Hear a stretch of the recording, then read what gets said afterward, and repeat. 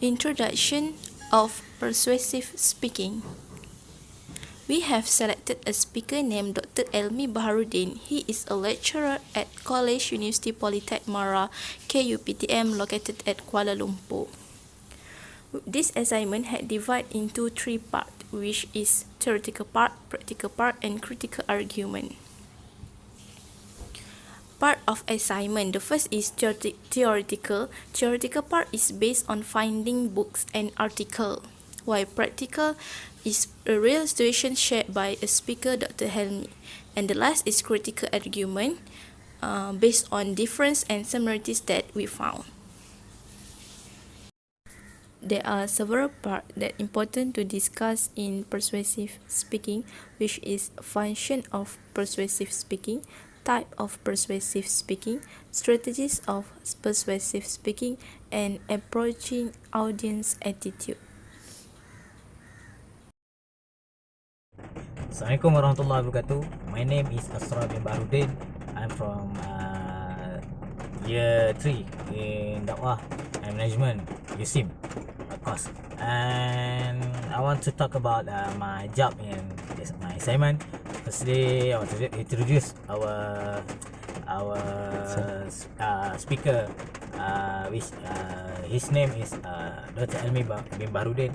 He's a lecturer in KUPTM, College University Polytech of Mara in KL, which is almost 11 years experience as a lecturer, senior lecturer. He's also give many talk among this year, and he's a good presenter from his college. So my chapter is about persuasive speaking. About the theory persuasive speaking that I can get from research is persuasive is we want to prompt the others to change their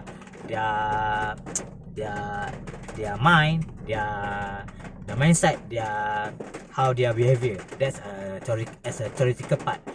From what the Dr. Elmi said when we came to their house, to his house, he said that persuasive is how we can how we to make a change, how we want to make themselves understand, ability to act, how themselves want to be act differently from beginning of our speech until the last our speech. We want themselves to make act differently, and also want we want to change their behavior, their mindset, their what we call belief.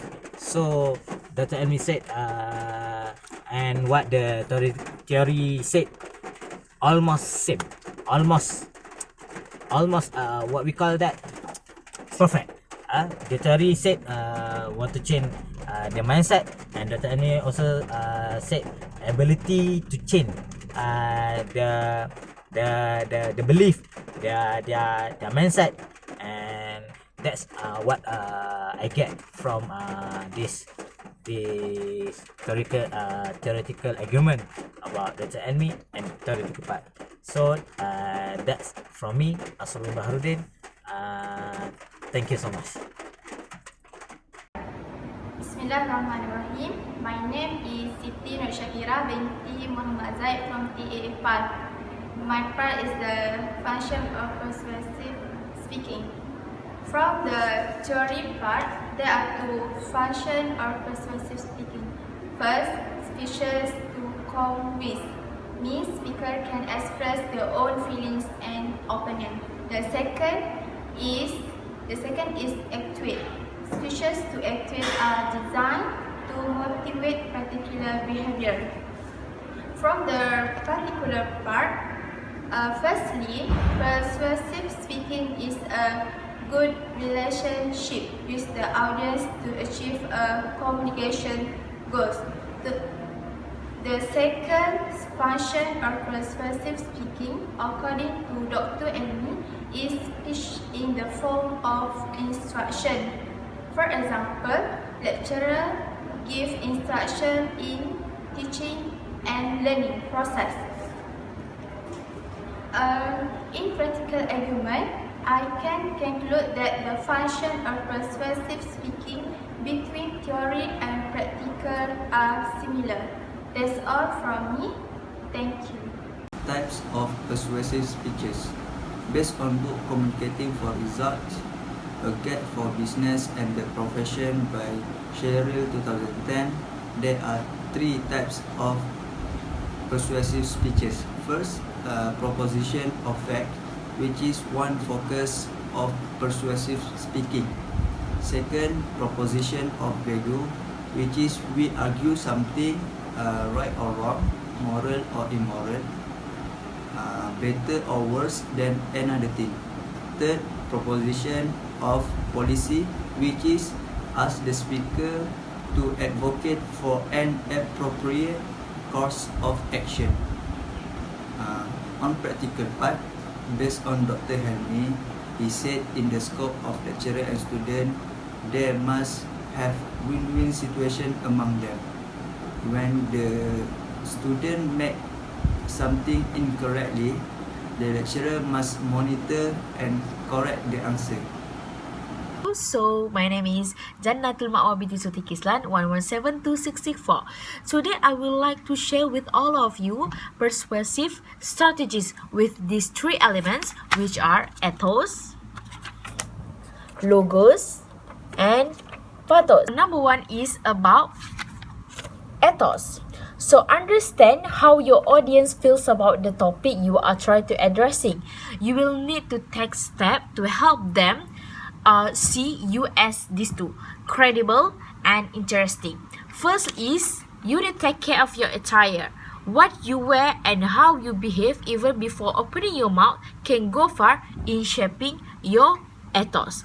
So be sure to address appropriately for the occasions and setting in which you speak.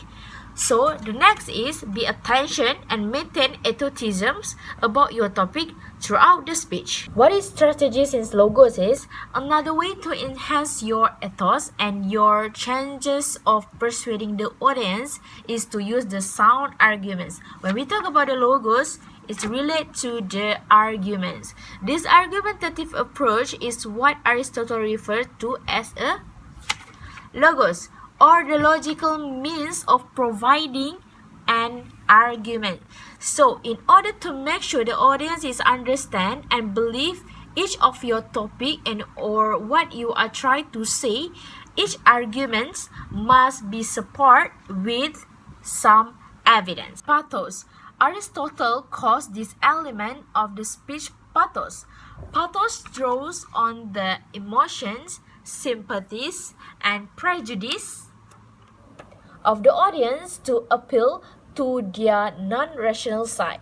Human beings are constantly in some emotional state, which means that tapping into an audience's emotion sometimes can be vital to persuading them to accept your proposition.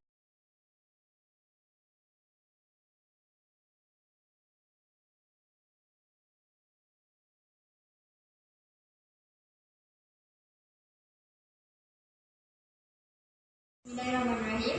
My name is Anis Syafiqah binti Umar, metric number 117179. Okay, my part is about approaching audience attitude, which consists theoretical part, practical part, and critical argument. Okay, for theoretical part, from our finding research, I found that there are 3 types of audience attitude. First, accepting or in favor, which means according to what Endernet stated, this audience already know something about the topic. Second, neutral or opinion. According to variable and variable 2003 state this audience not enough information about the topic. Third, hostile or opposed. According to verbal and verbal 2003 state this audience may take issue with the topic. Okay, next, practical part. From our interview session, Dr. Emil told us that there are 3 types of person in asking information. First, They ask for a test. Second, they ask for find out. Third, they ask for which he or she are ignorant. Okay. Next, critical argument. I can conclude that the three types of attitude audience from our research finding are similarly with the three types of person in asking question from our interview. For example, when handling of first person, we need to let them win and avoid from abuse.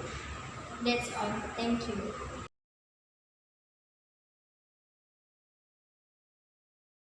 After run this assignment, we noticed that a good speaker must have a knowledge about the topic what they want to deliver about, and it's also important for us to know a technique to attract the audience during the public speaking and make it interesting. These techniques are important for a speaker in delivering their speech.